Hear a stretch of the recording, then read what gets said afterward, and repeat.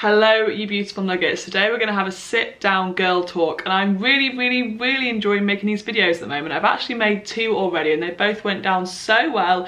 You guys love watching them, I love making them, I love breaking the taboo around topics which we should be talking about more openly, so hopefully I can continue to do so with these girl talk videos into the future. So let's hop right in. Actually, before we hop in, let me give you a bit of a reality check. I literally just went upstairs, put a bit of makeup on. My hair is an absolute mess. This top is cute, but I've actually got a dressing gown tied around my waist because I can't be bothered to get fully dressed. So, yeah.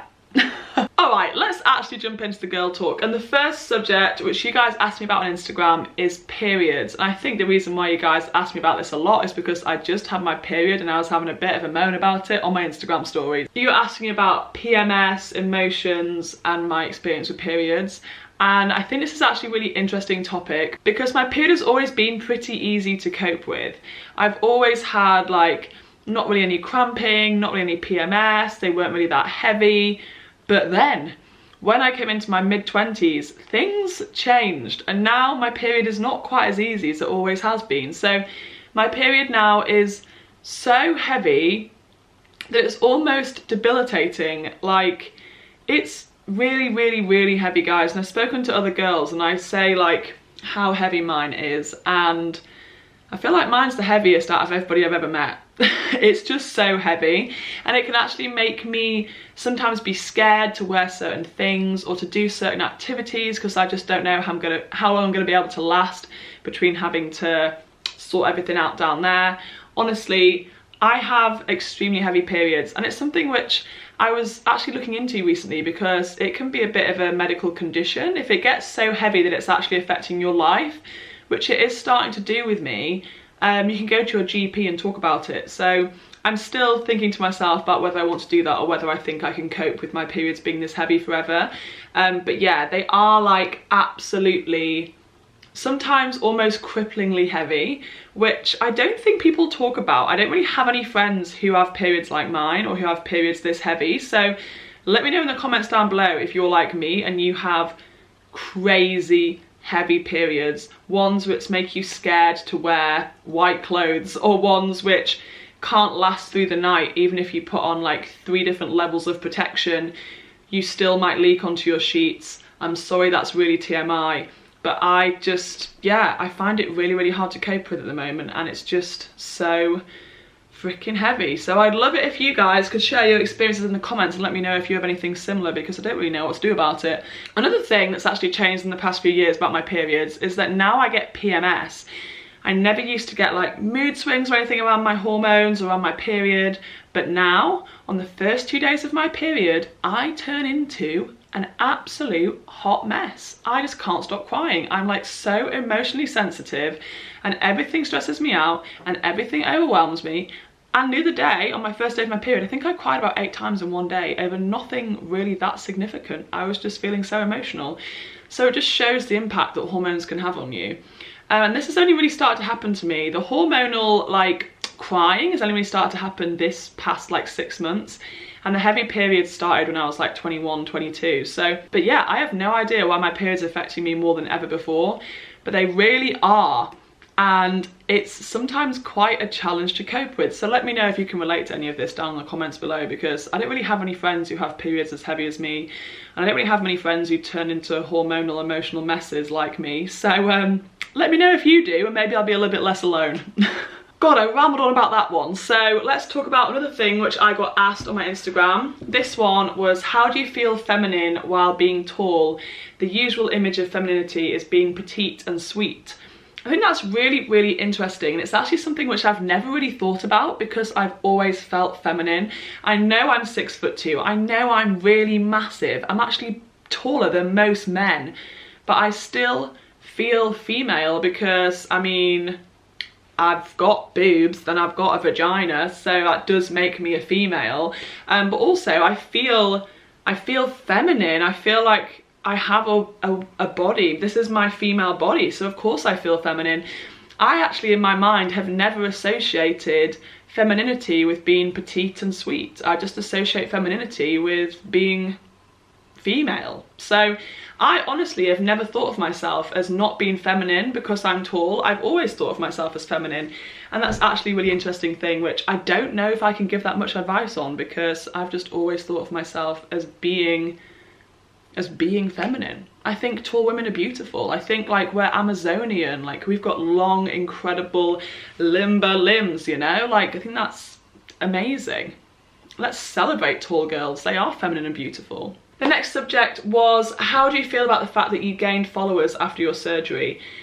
Yeah, I think that's actually a really interesting question, because after my emergency surgery, if you don't know, I almost died, and I shared my whole journey on my social media. I gained a lot of Instagram followers. I didn't really grow on YouTube or any other platform, but on Instagram I gained like, I don't know, 15,000 followers in like a couple of weeks, just because people were obviously interested in seeing my journey and seeing me in hospital and seeing what I was going through. I have never thought negatively of that. I've just seen it as a positive thing, because I think me sharing my journey can help so many people. Like, I still to this day, almost 4 months post-surgery, get messages from people saying to me, thank you so much for sharing your recovery from your surgery, because I just recently had abdominal surgery or knee surgery or back surgery or this surgery or that surgery, and I'm finding recovery really challenging, and I'm watching your videos and watching your Instagram story highlights, and I'm relating to what you went through. So yeah, it might have given me a boost of followers, but hopefully those followers have gained something from seeing my journey, and hopefully they'll stick around, because even though I'm back to myself now, I'm feeling fit and strong, I like to think that I still have a journey worth following. At least I hope so. Fingers crossed. Next question is, would you stay with somebody who has cheated on you? My boyfriend has been cheating for the past few years. I mean, I can't pass comment on what you should do in this situation, but in my personal opinion, if somebody cheated on me, I would like to think that I would leave them. And I say that I would like to think I would, because you never know what it's going to be like until you're in that situation. Do you know what I mean? I think from an outsider's perspective, it's easy to look in on somebody else's relationship and say, he's cheating on you, you should definitely leave.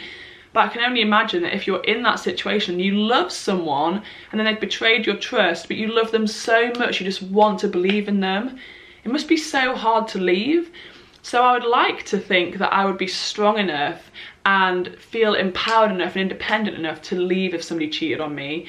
But you know what? You just don't know. You don't know what the situation is like when somebody cheats on you unless you've been through it, and I haven't been through it.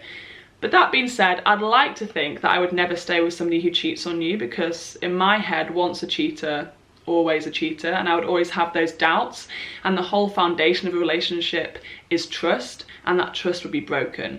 So I would like to think that I would leave, but I can't say I definitely would, because I've never been in that situation, and I just can't relate because I haven't experienced it.